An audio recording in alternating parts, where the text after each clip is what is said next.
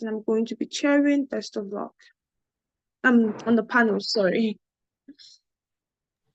All right. Hello, everyone. This is Nafis. I'll be paneling this round. Congratulations for making it to the semifinals and best of luck for the round. All right. And now if you could start with team introductions, beginning with proposition. If you'd like to unmute yourselves, turn your cameras on and give us your names, if you have preferences and pronouns if you wish to.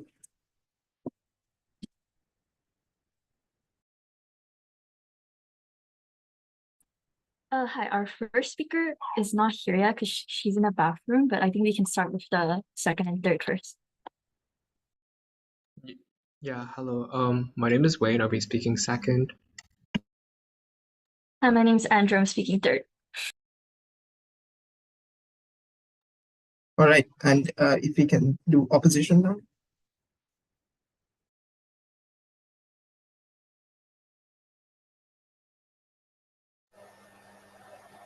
Hi, my name's Laura. I'll be speaking first and reply. Oh, sorry, wrong camera. I'll switch.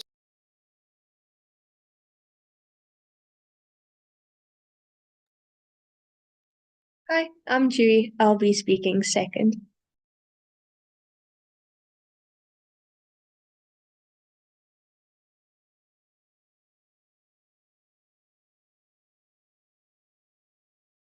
Op 3, I think you're muted. I'm not Sorry, sure. I noticed I was muted. Hi, I'm Op 3, Daniel, pronouns he, they. All right, thanks everyone. Just two notes from me. One, I won't be able to time your speeches. I will be able to time your speeches, but I won't be able to put timestamps in chat. So please make sure to time your own speeches as well as the speeches of other speakers, so you only ask POIs in protected time. That being said, if everybody's ready, we can start. Proposition is your first speaker now here. Hi, yes, sorry.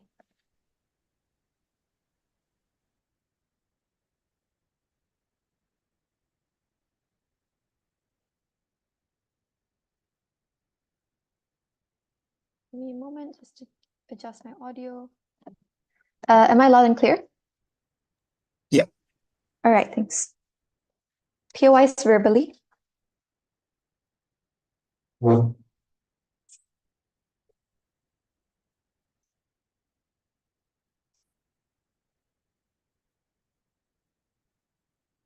El Salvador's president, who was convicted of billions of dollars of fraud and corruption, fled to Mexico to escape all accounts of accountability in totality. This miscarriage of justice, which opposition propagated, laid down a red carpet for the most elite and powerful in society to escape impunity, and we won't stand for that on the side of proposition. I have three pieces of setup to the proposition case.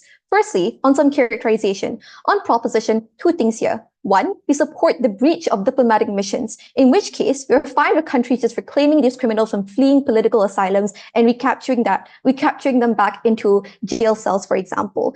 For instance, how enemies of the state who have convicted of crime of money laundering and criminality under the standard that CJS have been prosecuted under our side and escaped jail time under their side to like other members of other nation states will likely be taken back to the state under our side to face prosecution. Secondly, we don't think countries will act irrationally under our side, insofar as countries have an ability and incentive to care about preserving diplomatic relations and not worsening them. So insofar as this is true, I think this debate operates in a context where you have the most rational and justifiable causes to capture a criminal back into society, insofar as they have caused mass grievances and mass oppression to the general public. I think we're likely prosecuting very justifiable crimes under our side. On opposition, they have to support two things. One, like majority of cases, they defend the inability to prosecute these individuals in totality, insofar as they can just flee the nation and seek asylum as an easy way out of their accountability structure. I think that's what they defend in a majority of cases. And number two, corrupt states shielding them.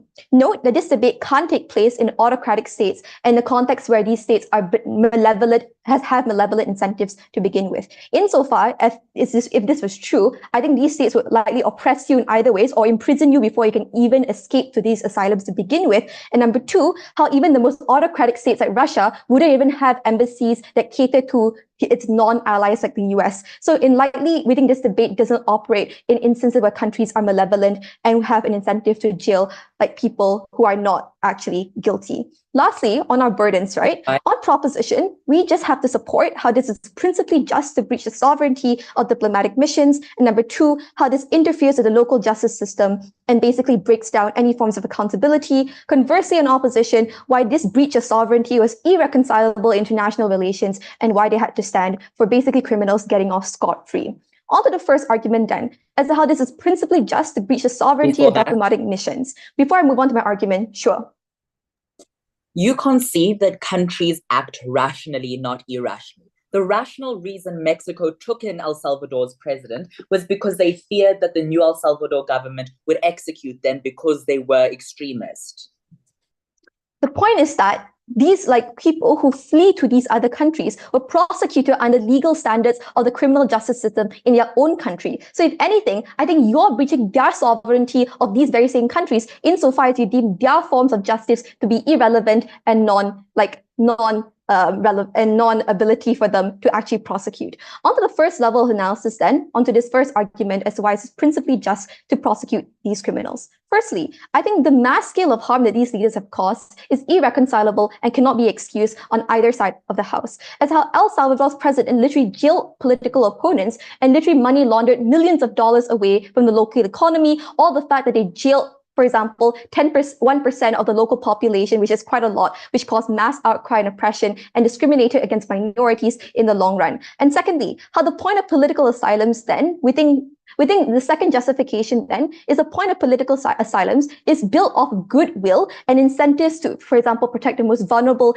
in society. And insofar as this is not true in this debate, where these Supreme Courts deem these people as illegitimate fraud criminals who just run off scot-free, money laundering every single day, I don't think this applies to, for example, minorities or racial religious communities who deserve protection, who deserve actual protection under these asylums. So insofar as this is true, I don't think political asylums should extend this protection to these very same individuals insofar as they're meant to protect the real vulnerable people on the both sides of the house. So the moment in which this embassy is used for politicized purposes, I don't think the embassy serves its legitimate purpose and it's legitimate for us to breach its sovereignty.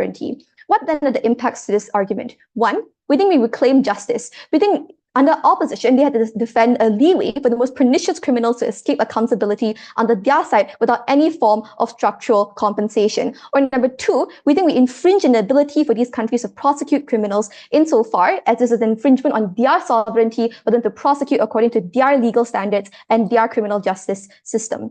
Ultimately, we think this breach of sovereignty was a non-consequentialist argument I won't be taking anymore in this debate. Insofar as the breach of sovereignty was one that was merely a reclamation of justice, we proudly stand by that under the side of proposition.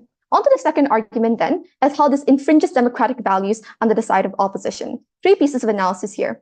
First layer of analysis as to why people who are likely going to flee are likely going to commit the most heinous crimes in society. What all you need to do is that you have to have enough money and resources to, for example, have an ally of an undemocratic nation, and these countries will always bail you out and allow you some political immunity. Insofar as this is true, I think you allow the most heinous crimes that are perpetuated under their side to go off scot-free and without any form of justice being served. The second layer of analysis is to suggest that this paralyzes the justice system. No, thank you. Insofar as crimes are committed upon democracy and you have no ability to prosecute, I think number one, this sends a signaling the fact that any time a politician powerful enough to get into the upper echelons of society is committing a crime like money laundering billions of dollars away from society, you're able to just flee the country, and thus there's no ability for these courts to prosecute you in the first place. This looks like the decreased scrutiny of these people in the first place. This is harmful because it entrenches a cycle of corruption in these countries themselves, which are oftentimes entrenched with these forms of corruptions.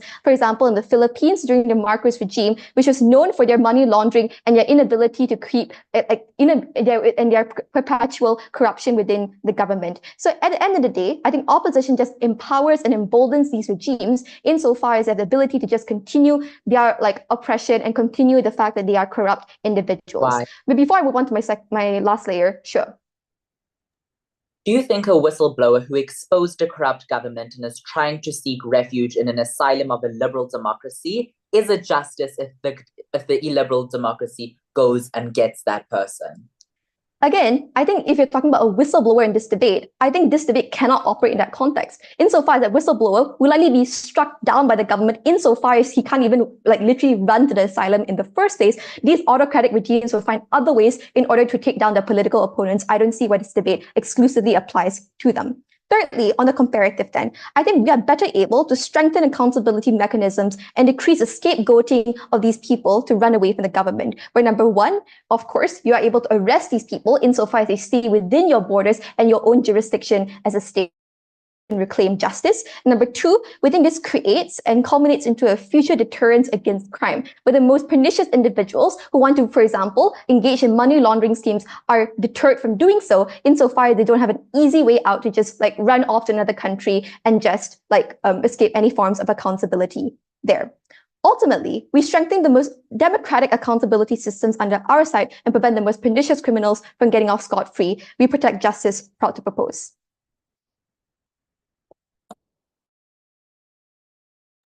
I thank the speaker for their speech and now invite the opposition first speaker.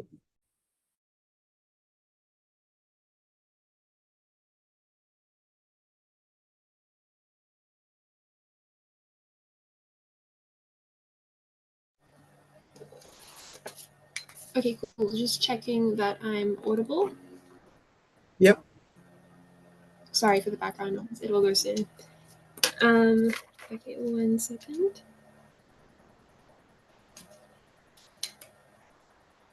Cool. Starting in 3, 2, 1. Julian Assange got refuge in Ecuador's asylum because he exposed the CIA's info that the US negotiated and then got him extradited back to America. We think proposition cannot win this debate solely on examples of war criminals escaping accountability. That is not the context in which the vast majority of these cases happen, because they are very rare and they often don't look like El Salvador. They need to engage with reality and they need to meet us in the middle. A couple of things before getting into our three arguments from the opposition bench. Number one, how we uphold sovereignty and why that's the most important thing in this debate. Number two, why it's crucial to protect trust. And number three, that the ability to not be invaded plays an important function in justice within the country. So number one, our stance. We think these countries ought not to invade the sovereign embassy or the diplomatic missions under any circumstances. Number two, we think our counterfactual is that instead they ought to pursue negotiations with that embassy through the relationship that they have already established, given that they had already established embassies and those kinds of things. We think it is quite likely that they're going to be able and willing to negotiate with each other. Cool. Couple of points of rebuttal then. They give us two main lines of argument in P1. Firstly, they say that you violate your role as an embassy. And I have two responses to this. Number one, the main problem in their analysis is that these people are terrible people, one, who are getting away with no accountability, two. I don't think either of those things are true, and I will deal with that directly in my third argument. But secondly, they say that the problem with this is that embassies are supposed to work together with their host countries, and thus they violate the role. The problem here is that they don't understand how embassies work and the function they play. An embassy, according to the motion, is literally a sovereign part of the original country within the host country, and they still act as an organ of the original country. The US Embassy in South Africa still acts as an organ of the US. Thus, they do not have to serve South Africa's interests or the host country's interests. They have to serve their own. Their obligation to help the host country technically does not exist if they want to run that principle. But secondly, they say that you're upset democracy by setting a poor precedent. Two responses. Number one, no. I think the precedent is still overwhelmingly that these people do get prosecuted, even though it is over time. They have to engage with the counter narratives in the rest of society, where the ICJ is almost constantly prosecuting states, and the ICC is almost constantly prosecuting individuals, and people are being held accountable for smaller crimes within their own countries. That is the overwhelming precedent. But secondly, even if they are somehow setting a poor precedent, that doesn't really matter, because we're still able to hold them accountable if they do choose to act upon the precedent that they believe is true. We still have state capture initiatives. We can still hold people accountable, and the actual justice system isn't affected by this, even if people believe it to be incapable. Their point about democracy doesn't stand either. Cool. First argument then, why is the principle of so important? Before that, let's talk about what sovereignty means. It means two crucial things, specifically when embassies are said in the info slide to be sovereign within these countries. Number one, that you have complete control over that land, but secondly, that you have the right to have no external invasions. That's what sovereignty means. There are only two exceptions to this under international law and convention. Number one, when you're acting in self-defense, you can invade another country or invade someone else's sovereign land. This doesn't apply here for three reasons. Number one, we think the country is not acting in self-defense because the person that they are trying to get is not likely to be a danger to the country at that time. Why? Embassies are quite small and these diplomatic missions are quite small. They're unable to take in a massive amount of people, so they cannot be any violent threat to the state at that point. Number two, if somebody is running away from the state and trying to avoid them, they are not in a position of power. They're probably in a position of vulnerability and cannot pose a threat or a danger to you at that point. Even if the threat has already been acted upon, it is no longer self-defense at that point. But thirdly, we think if somebody's truly dangerous and truly a bad person, you not only one, put the people within the embassy who would be taking them in danger, but secondly, put your host, the country that you're aligned with, put your original country in danger because you're going to be causing probably great instability to your host country, and you two are tied together with relations. Thus, we think these people you're housing cannot be dangerous, that the state is not acting in self-defense. The only other exception is when you have the responsibility to protect citizens in another country, like somebody like the US, or to not support Israel and instead kick them out of Gaza. Obviously, that doesn't apply here because you're not invading a different country; you're acting within your own. Thus, we say the exceptions to sovereignty do not apply here, and sovereignty ought to stand. But what does it mean when these countries invade sovereignty, specifically in this context? It means three things. Number one, you as a state have failed the conventions that you prescribed to when you ascribed to when you set up these embassies and these diplomatic missions in the first place. You fail the very essence of what a state is and what you're supposed to do. You're supposed to keep your word to people and to other states. Secondly, you set a precedent for other similarly dangerous things, but things that fall along the same principle, like forcefully recalling minority refugees who fled to another country because you're able to invade sovereignty there if you did it once before. But thirdly, that you dilute the power of a contract and the agreements that can arise from that contract when you take away what it means and you take away the very essence that binds it. That's why we think sovereignty is so crucially important when these kinds of contracts are the things that uphold international relationships and international relations in the first place. That's why proposition loses this debate when they violate it. Second argument, how you fail trust between countries. This is crucial because, like I mentioned, the only thing that keeps countries together in the context of international relations is trust. There is nothing that can force them to uphold their agreements. The problem is you send two messages when you invade an embassy. You send two messages, no, to the original country. Number one, we don't trust your judgment as a country, as a state. And number two, our relations are less important than capturing one specific person or getting a head start in one specific criminal case. But what does this do in the context of your relationship? Or what does it mean? Three things. Number one, we think the relationship between an embassy and its host country is symbolic of the relationship between the two countries as a whole, and everything they can accomplish in the future, you greatly diminish that, and their willingness to enter into future agreements.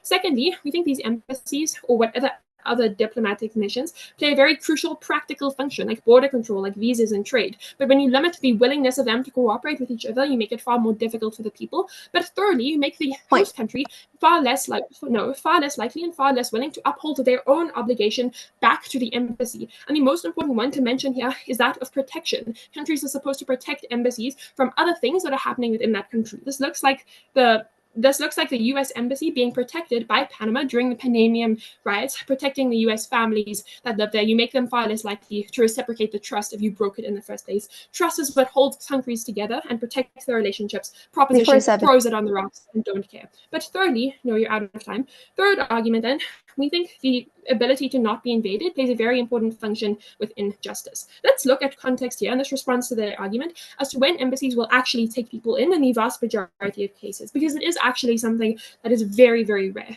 We think this only happens when these embassies believe that it is truly important and truly necessary to give this person asylum.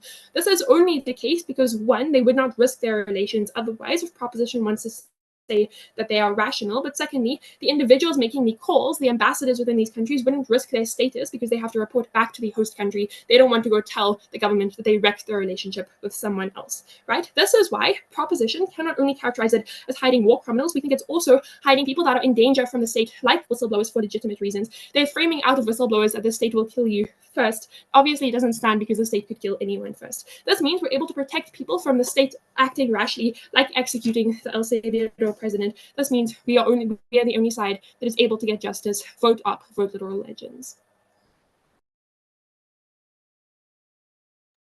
I thank the speaker for their speech. Just a reminder again to be mindful of time. That being said, Can I be heard? Yeah.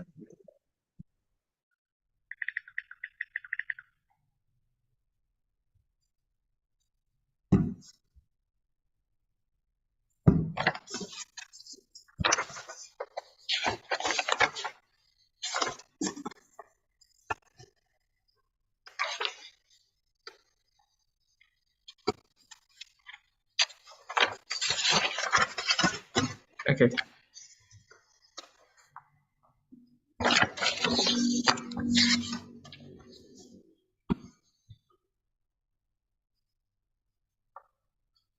The problem of this opposition team is that they're not dealing with the context of this debate. This debate is specifically about prosecuting public enemies of states who perhaps have committed violent crimes in the past, who perhaps have, for example, made an entire economy of a country corrupted in the past, that have stunted economic progress for years, and have, for example, violated the jurisdictions of those countries, which is why opposition's case about, for example, the protection of minorities who are vulnerable does not fall under the purview of this debate at best. They need to tell us on their side of the house why is hiding Marcos from Philippines, where, for example, committed extrajudicial killings in Philippines, or, for example, hiding a corrupted president and an El Salvador president in this particular case was a fundamentally legitimate case on their side of the house. Even if, for example, sovereignty is violated in some cases on our side of the house, all proposition needed to do in this round is to prove why countries can have this right in some can have this right, but not be used in every single case, which their case uncharitably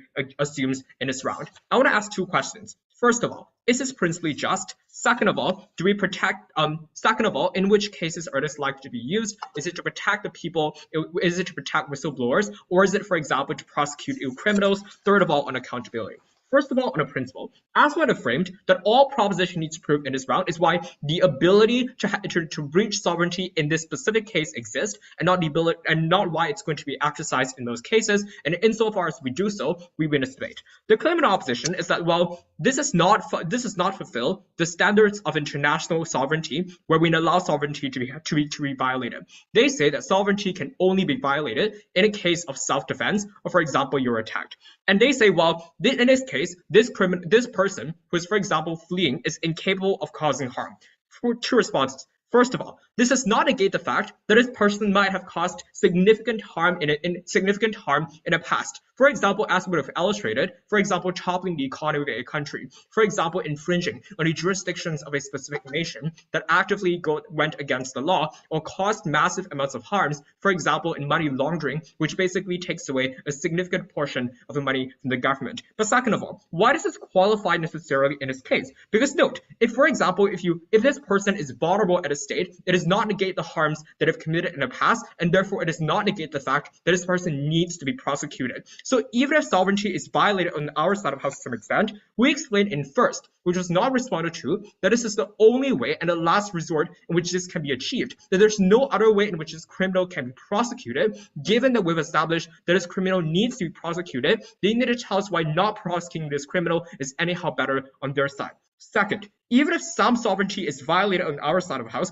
we recognize that the reason as to why this act was necessary, or the reason as why this act of breaching sovereignty in this case is legitimate, is because that specific country, in this case Mexico, chose to hide a criminal to begin with. This is unacceptable in all forms of international accords and in all forms of international law, for example, because, for example, if you hide terrorists, we still presumably allow states to come in and take those terrorists away because we recognize either they can cause potential harm or they have caused massive harms in the past, which warrants a specific prosecution at this point in time. So at this point, opposition has not proven why principally these people ought not be prosecuted. We've proven why it's so, and given that this is the last resort, it ought to be done so.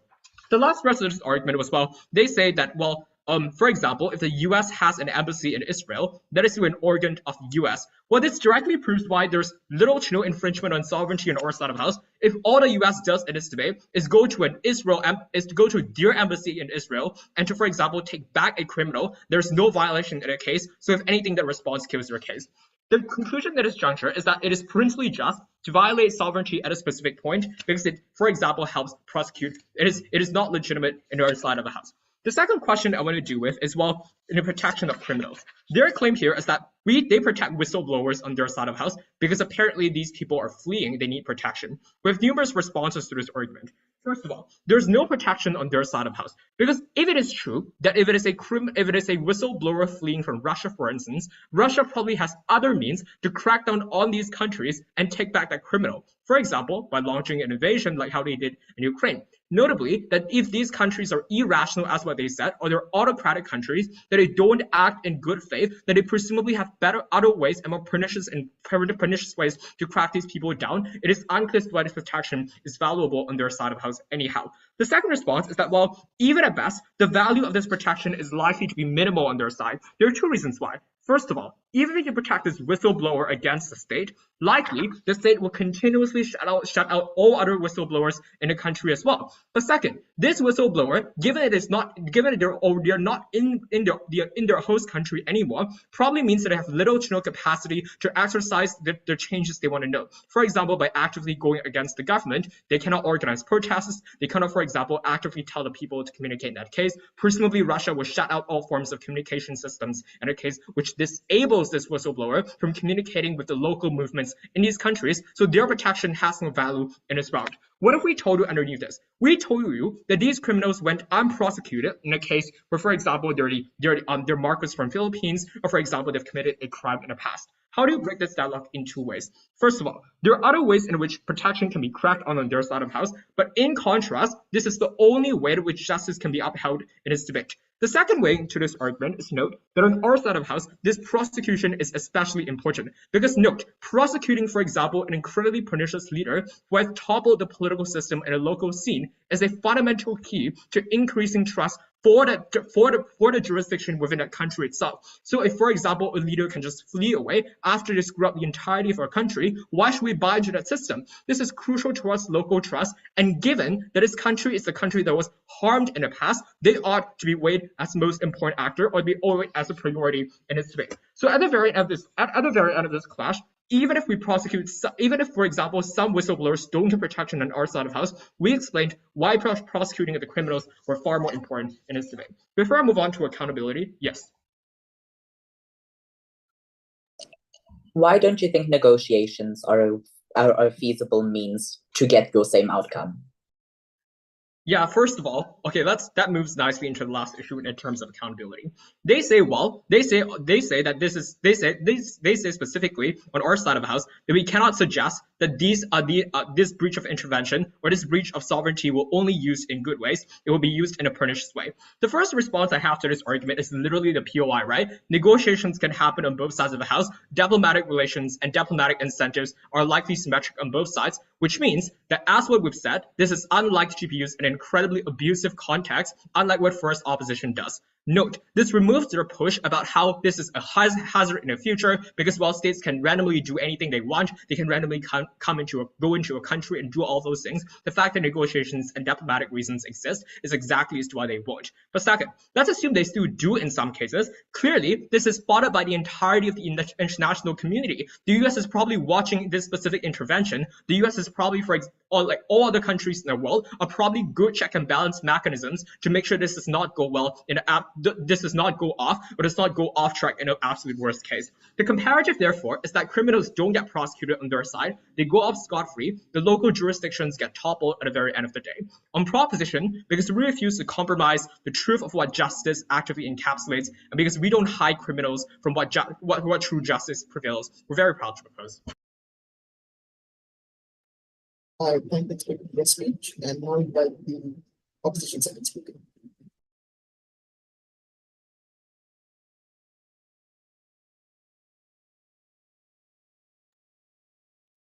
Okay, great. Am I audible and visible?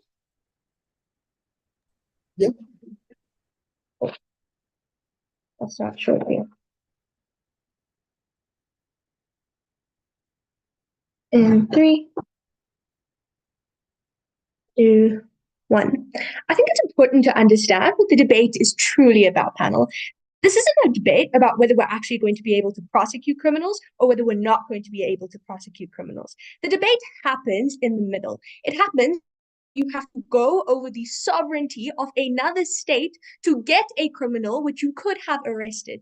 Note the circular logic and the really strange logic that the side proposition bench uses, that a state enemy is so harmful to your state, so dreadful that they couldn't arrest them when they were in the state, and becomes an even bigger threat when they're out of the state. They need to pick a stance. They can't choose both.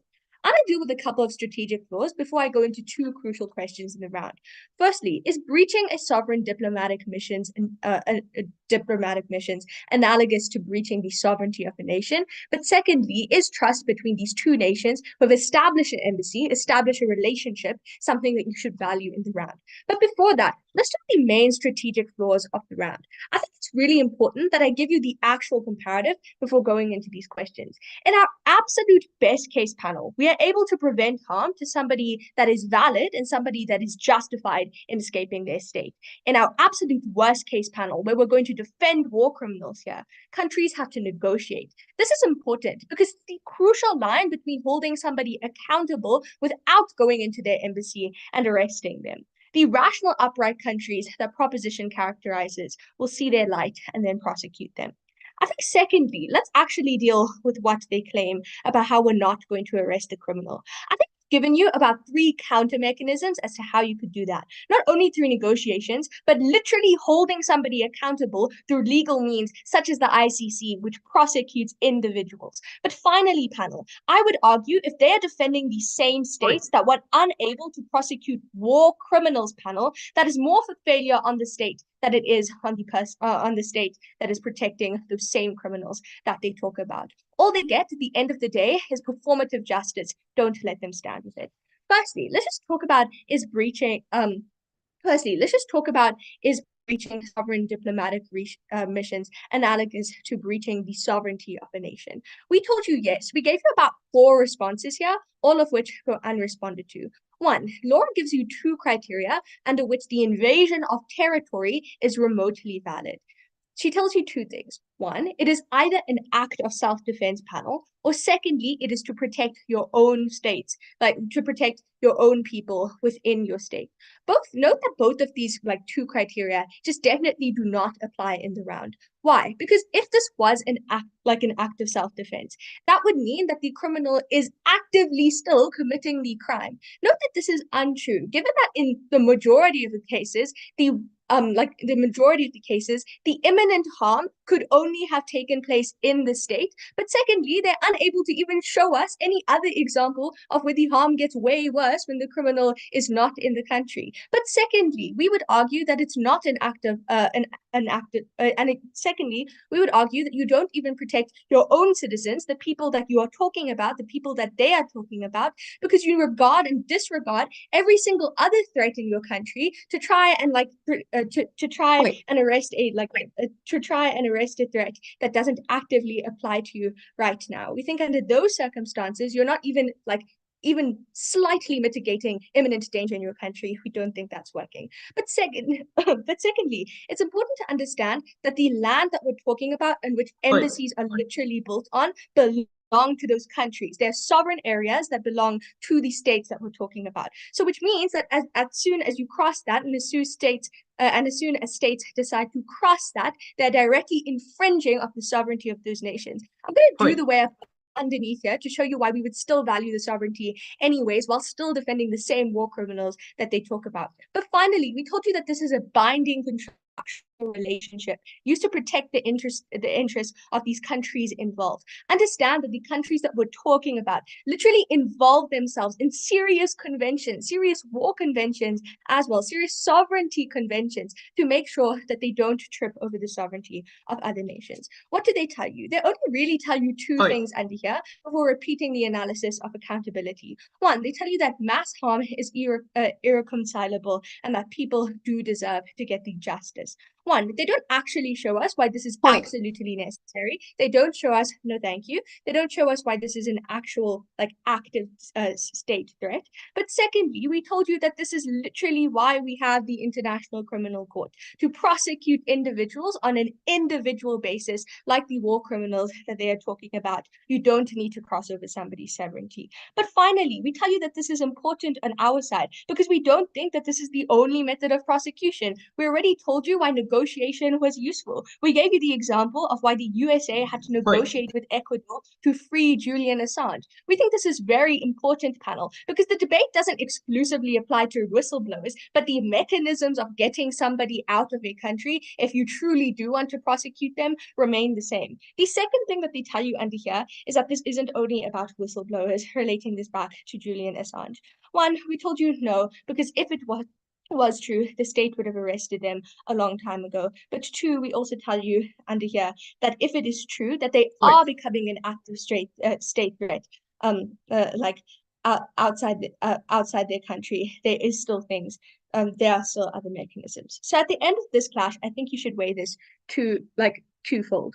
One, that we understand that our arguments come way analytically prior to the side of proposition's arguments. We understand that the only reason why sovereignty exists and why embassies exist is so that you can respect the relationship between two countries. But secondly, we tell you that, like, on likelihood, it is more likely that you're going to get, you're still unable to sever the relationship between two countries through having an agreement such as this. And finally, we tell you that it is literally the obligation of countries to go to respect the sovereignty of other countries, not only because it is a binding agreement, a contractual agreement, but secondly, because even in the case of, like, state criminals that may not necessarily be perceived as state criminals to another state, that is something that they cause, that is something that they are doing to protect their own.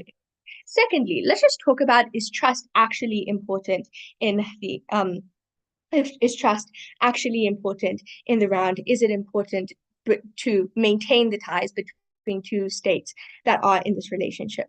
One, Laura tells you explicitly under here that when you cross over the sovereignty of a nation, you're not just attacking a border. You're not just telling a country that you don't respect their land, but you also don't respect the judgment that they are making about a specific criminal. This is very, very bad, panel. One, because it means all the accountability that proposition tries to recreate on their side all falls flat at the point at which you don't trust their judgment, you sever relationships, you make them even worse. But secondly, even in the case where we don't value these relationships, because that is also something that is likely, especially if you believe that you have an active state threat. We still do think that you need, you're way out of time. We still do think that you need to trust the judgment of these states, given that they are also involved in other international agreements as well. International relations doesn't exist in isolation either. I think it's important to understand at the end of the day, panel, that you can't cross over a state's territory to prevent a threat that you failed to prevent in the first place. For these reasons, you must side with literal legend.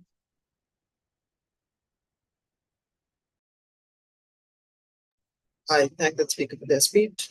Just another reminder again to really be mindful of time and to time the speeches of other speakers. But that being said, I now invite the proposition third speaker.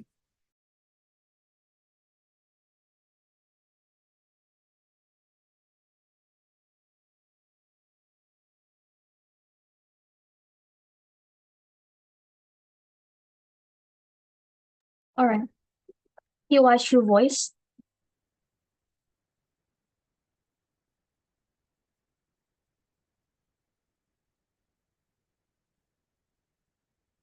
It is clear at the end of this debate that this opposition's counterfactual was unclear, because if their only fallback response was that at least negotiations work, was something that can never hold up their case to begin with. Because if the US really wanted Julian Assange to begin with, and the negotiation table was something that you gave to the US, meaning the US was also someone that can also win at the negotiation table, and that is why you allow these pernicious actors to go Fafa was on your side of the house. Their counterfactual had zero mechanism to prove as to why on our side, if you allow war criminals to go scot-free, was something that can also solve on their side of the house, and therefore, if they try to back that up in whip, we think it is already far too late. I have two main issues at the start of this speech that explains as to why their case cannot stand. They brought to you two main claims, and this will be my two main issues. Firstly, that sovereignty cannot be breached, and that is their principle. And secondly, that whistleblowers and good actors that are hiding in asylums ought to be the vulnerable actors that they should protect under diplomatic missions. First issue then on sovereignty. They gave you two main vague metrics as to why sovereignty cannot be breached in this instance, because sovereignty breach is only hinged upon self-defense. What are the two main reasons they gave to you to tell us that self-defense is not breached in this instance? Firstly, they told you very clearly that embassies are small and therefore on scale they hold no weight into the international community and any scale of crime happening. But also secondly, they tell you that if a person has fled, that person is in a state of vulnerability and not in a state of power, and therefore we just ought to let them live in the asylum because they have no contribution towards the world to begin with.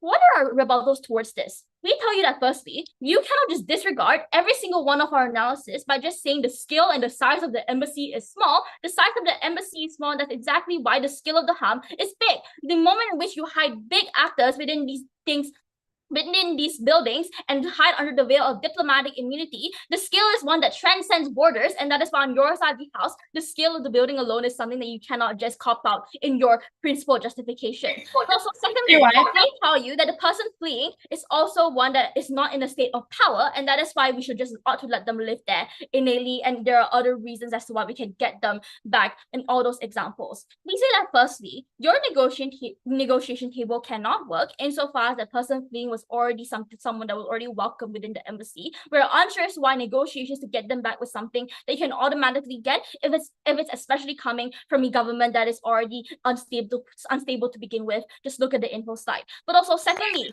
there are multiple examples as to why this person does have a state of power. Therefore, it is incredibly important that they do not stand alive within these embassies to begin with. Just look at, for example, Macro hiding in a Hawaiian, their embassy in Hawaii means that you can still entrench the regime in Philippines, and that is why something you can still hurt millions of people on the ground. That harm in of itself is something that still hurts the people on the ground, and that is why this side of opposition only entrenches that. What did they tell you at the end of this principle of defense? They tell you that insofar as sovereignty and embassies are something that is intertwined, and the contract was one that means that you can never intervene into a civilian building like the embassy, we tell you that they operate on a misunderstanding of how this works. An embassy was one that was created for mutual benefit, and on mutual grounds, you're both supposed to be benefited from that outcome. If this person uses the embassy to hide a felon, for example, to hide someone that has caused corruption and harm towards millions of people on the ground, and that is something that's obviously not good for the diplomatic ties of the state, then therefore the breach of sovereignty is therefore justified. If there were the side that wants to run contracts and the contract is something that is not breached, we tell you the contract was something that never included the protection of criminals, and that is why on our side of the house we win on those fronts. We tell you we provide justice. They had no response. Their non-response of just pushing their argument on and on is something that cannot be credited in this debate. Before I move on to the second issue, though, I'll gladly take TOI. Do you believe that it is justified for states? Sorry about the echo.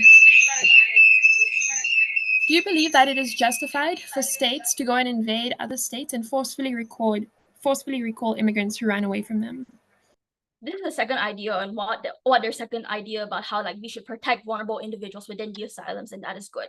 Moving on to the second issue then, we tell you that this opposition tried to get away with their burden in this debate by just assuming their best case and say that we protect whistleblowers and we protect people that are deserve to be alive within society, and they completely non-engage with our pernicious actors framing.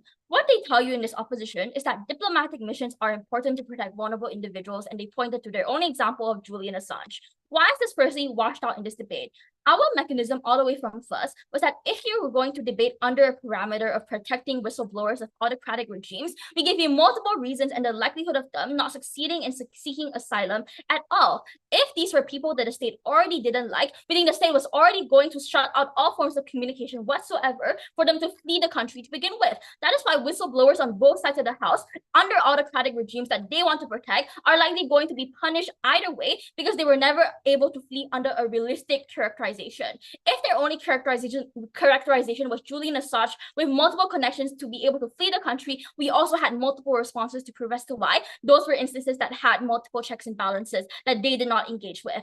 Secondly, our response afterwards was that we take them at best. Our case was one that treated this off innately, and this is justified for two main reasons. One, we told you that pernicious acts against civilian journalists, for example, already get punished under international law and international scrutiny. For example, with their very own Julian Assange case of the US extraditing Julian Assange, we think there were multiple forms of scrutiny coming from the US's own allies. For example, Britain and Australia, for example, that criticized the United States for their decision to take back the journalists. We think therefore on their side of the house, on our worst case, if whistleblowers were taken back within the home country, criticism keeps them alive and well, and that is why the international community and the international scrutiny was one. There was an exclusive checks and balances to ensure that states do not disproportionately punish individuals in these instances. That is why, in the worst case, at least we have these people to keep them accountable, and that is why the worst case that they pushed onto us was not that bad to begin with.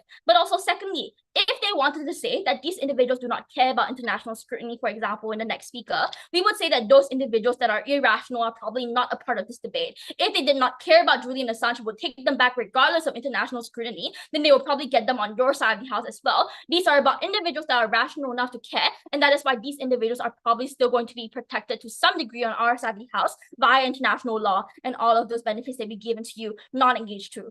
So third thing, let's bring back their comparative though that I already pointed out in my opening line. They tell you that their counterfactual was one of negotiations and state capture. We tell you if their harm was that these vulnerable individuals that are good for society are something that's taken away via like the breach of sovereignty on our side of the house, I don't understand how is that magically solved via negotiations on their side. If they say that these things are bad actors would still have the upper hand in the negotiation table due to the innate power asymmetry that exists within their own example. For example, the US having more capital can still innately get Julian Assange through the negotiation table, and that is why this is something that still hurts them, and therefore they still hurt the whistleblowers, and they can still take them aback for different reasons and different ways of negotiation. But also, secondly, if they are also the ones that support state capture, they also allow the capture of Julian Assange, and therefore we don't understand why their counterfactual was one that benefited the vulnerable. But lastly, on the way in here, why are we able to trade off for the malicious actors that we say deserve punishment and we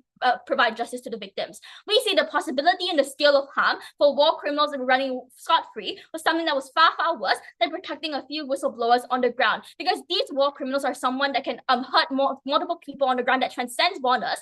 At best, they only protect one grim individual, and that is why on our side of the house we win the debate. I thank that speaker for their speech. My laptop's about to die, so I'm really sorry, but just give me like 30 seconds to grab a charger very quickly. I'll let you know when I'm back.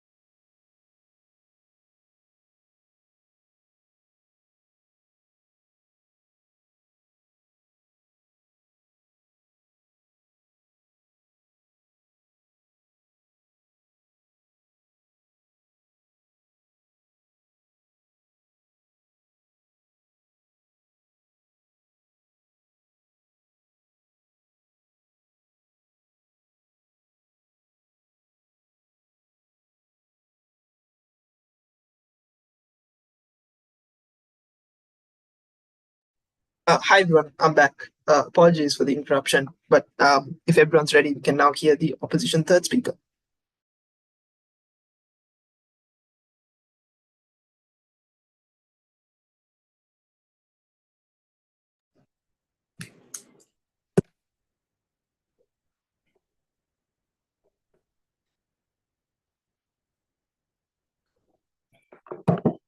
Cool.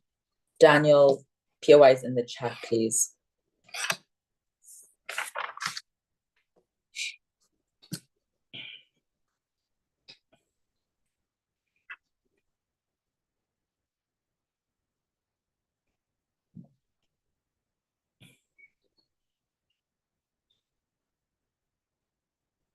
Embassies were created to ensure global peace and the fabric of democracy can be upheld everywhere and global relations can be upheld.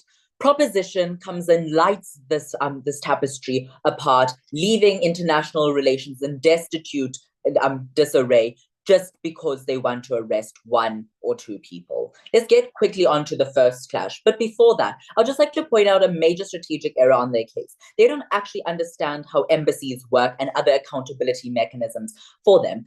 Seeing, like in previous retrospective examples, embassies are not just, held accountable by things such as, having to invade them, but it's also just things such as expelling them and not allowing them to have a contract to continue on. We told you this in first speech. This hasn't been engaged on. This is a very important for the entire accountability argument, which shows there are other means, and this they had to prove that this is the best means. That was a part of their burden. Cool. Let's get on to international relations, the international relations clash. Firstly, they tell us I told you in the chat, they tell us that we tell you that we can get people back, but it is through negotiations. Why is this important? We have told you this is because we're able to bite the bullet and say that this is not perfect and this isn't going to work in every case. But we told you that this is better than their model because we told you that it is valid because oftentimes there's a double-edged sword, which their case is. It looks like Rwandans fleeing to the French embassy during the Rwandan genocide. We think the only reason they didn't go in is because the Rwandan government at the time knew the importance and knew the validity of embassies. We think that this is the power of it. Their case cannot only just apply to the worst case of it, where it is just, criminals in going into these embassies. They need to apply to the actual likelihood of who is going to it. And we see most of the times it is people who are fleeing from their country. It's people going to US embassies in Mexico because they're fleeing the cartel and the corrupt government that is linked to the cartel. But secondly, we even told you in the worst case, where it is war criminals, we told you that we are willing to negotiate. Two reasons why. Firstly, because of future relations. We don't think that it is worth severing your relations between two entire nations, because note this is what it does. It's actively an act of war when you go and infringe on someone's territory and you go and take someone out without their permission. So what they do is they kill these different relationships. This is harmful because in future, you're not able to extradite other prisoners, but rather you want to engage in a form of performative justice, which is going to make the current acting government seem really good for doing a very big performative act, but it's not actually ensuring that more justice can occur in the long run. But secondly, retrospectively, it literally just has worked. It looks like Julian Assange, even though it took 6 years, but moreover, we give you mechanistic analysis for even if these negotiations don't work. We think that embassies are, like they gave with their characterization, rational and don't just want to house these people indefinitely. It looks like Julian Assange eventually being kicked out the Ecuadorian embassy because they couldn't house them anymore. We think that this can happen with other war criminals unless these rational bodies, because note that is the countries that we are debating in, otherwise their side doesn't work either, would only house them if they believe that it is absolutely necessary. How about let's go look at the Elsalvadorian president, whose literal images of him being beaten by the Elsalvadorian people because of what he has done in prison. This is something that we believe is unjust. Their world only allows for further injustice to be perpetuated, even if they get one or two people to be free. But secondly, we tell you that it harms literally just how international relations works. What they do is, firstly, is they make agreements harder to actually do. This is important because the only way that diplomacy and international relations can function is if people can agree on things. The ICC and the UN Security Commission literally doesn't work if people just refuse to agree with it. We think if people just decided that contracts are something that they can pick and choose, this is is something that doesn't work. North Korea and South Korea would still be at war if there wasn't a precedent set that contracts are something that are abiding to. But moreover, we actually tell you that what they create in the international relations is a precedent where larger nations are actually able to run over smaller nations. Because just because America doesn't need, like the Peruvian embassy in America, just because a political dissident decides to escape from America, the Peruvian embassy helps them because they believe that exposing CIA war crimes in Afghanistan was something good enough for protecting. Just because America can now go and invade it, there's a precedent set in the world that this is something fine. We think in our world, under the response to accountability, we can actually get the backlash to this. We can get checks and balances. We think when we're invading sovereign territory, you tear apart this. The impact of this is literally just for all I have told you. We outweigh them on 3 mechanisms. Firstly, on scale, we think that getting one criminal or a handful of criminals over time, because retrospectively, not many have been gotten or have fled to embassies, but it is not worth ruining how countries operate and engage with each other. We think ruining trade agreements, ruining all that harms the people a lot more in order to get performative justice. Secondly, on scope, we think that it doesn't actually happen that often compared to international agreements. We think countries operate together and try and make agreements a lot more than they do housing political prisoners. So lastly, on likelihood, we've already proven to you that we think that oftentimes it's people seeking asylum because that is what most embassies have done just retrospectively. We have won on that. The second clash is a small one on just efficacy of state organs. They firstly tell us that that it harms the function of democracy and of justice, and democracy fails. We firstly tell you that you need to note that democracy only functions with the recognition of borders. Otherwise, war could just be waged at any time, and countries do not have a sovereign territory in which democracy can operate in. So we think that this is analogous to breaking a social contract. Just because a government has already agreed to X, Y, and Z, and all of a sudden they think that Z is not the thing that is going to apply to them, and now they go and break a contract. We think this harms how justice works, because justice works on having mutual understanding and binding understandings that we know are not going to break, because that is going to harm the general society. But secondly, they tell us, well, there's going to be a bad perception. Guess what, panel? Justice systems can still work even if they are perceived to be bad. Thus, we have told you that you can have efficacy of state organs. If you really want to get this person and you're angry with the country, just expel the embassy. Within the next 5 to 10 years, you might be able to get that person, or that person will be in a different country. Moreover, we think that a justice enough is forcing this person to, in our very worst case, to be locked up in a small little embassy in 1 bedroom. That is quite, even if it is not the best, we mitigate a lot of their harms just by that one line. Cool. Finally, and lastly, on to my last clash on legitimacy. They firstly tell us that they're able to reclaim justice. We've already told you that firstly, this is a double-edged sword, because when we are going with their characterization that nations are rational actors, we think that it is most likely that these rational actors are not just going to be running their relationships just for fun and just because they can. It's often because they believe that there is a valid reason why they have to take this person in, often due to things such as protection. It looks like America taking that guy that they kept, the president that they took in Hawaii, because they actually were scared that their country could, the way that they imprisoned him could be unjustified. So we think that there are often reasons behind this if we're going with the narrative that countries are rational. But secondly, on the question of do they actually have a right, we tell you that embassies have already agreed to this, meaning 2 countries have both agreed to a certain set of principles saying that we are going to follow it. We think that when you break a contract, there's something illegitimate, because then you have no reason to actually agree with the country on anything. They don't fulfill the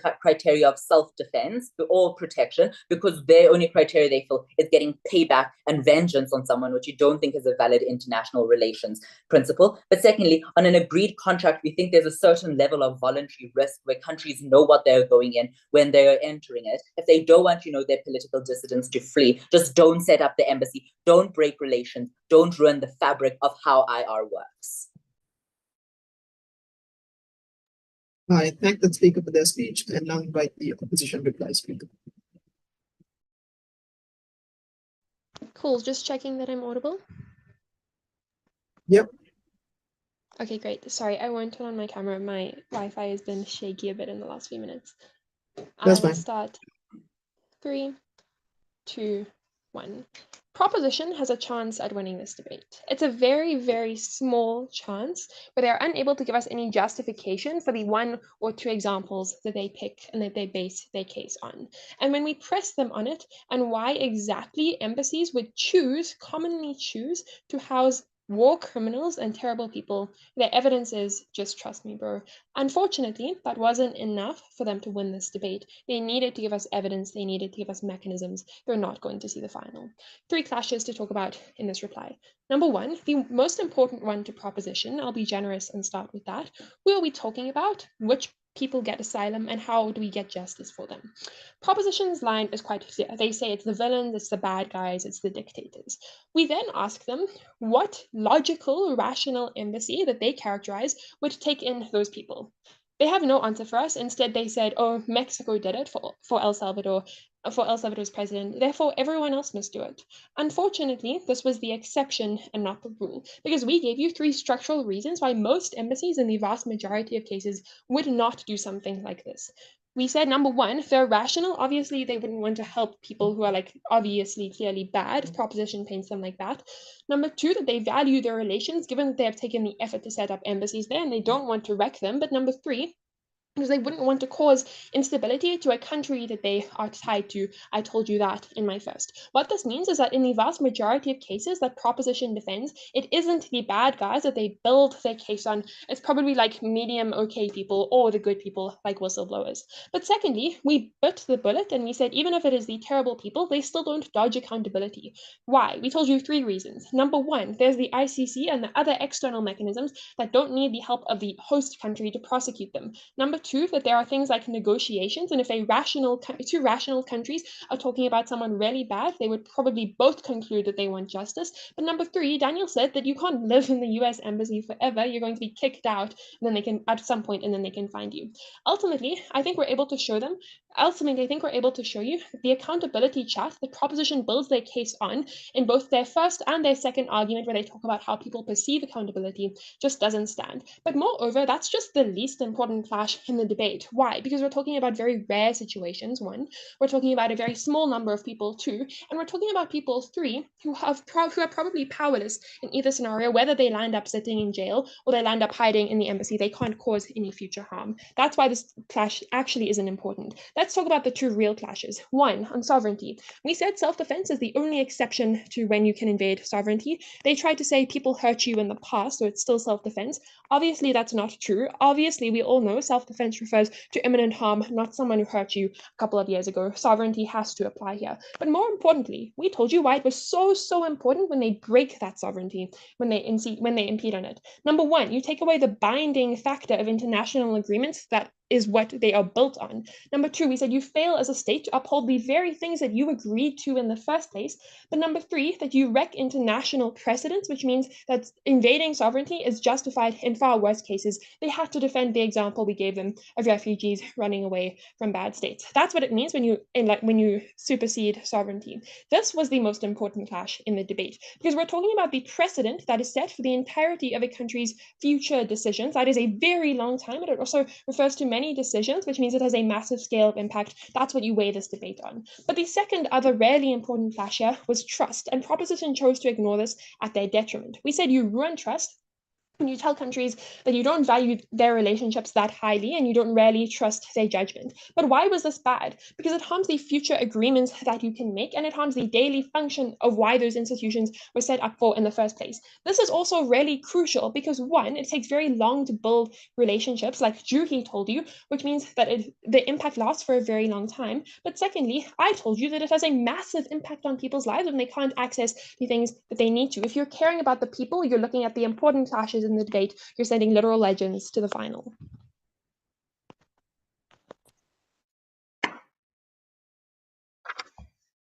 I thank that speaker for their speech and now invite the proposition reply speaker.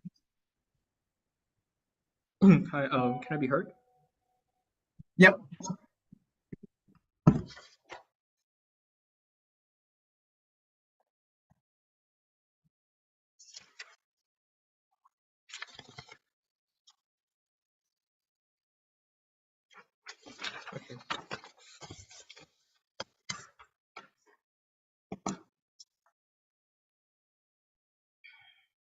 Here's the best case scenario of the opposition. Supposedly a public enemy that should be prosecuted fled their home country, and opposition says, well, they are purposely protected by another state.